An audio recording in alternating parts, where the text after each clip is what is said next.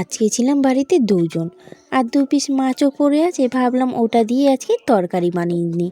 ঘরে ছিল শিম আর ফুলকপি, ভাবলাম আজকে শিম ফুলকপি দিয়েই তরকারিটা করা যাক। কড়াই সাদা তেল দিয়ে গোটা জিরে ফোড়ন দিয়ে দিলাম, তারপর দিয়ে দিলাম কেটে রাখা ফুলকপিগুলো নাড়ি চাড়িয়ে ভেজে নিয়ে শিম আলুগুলো ভেজে নিলাম।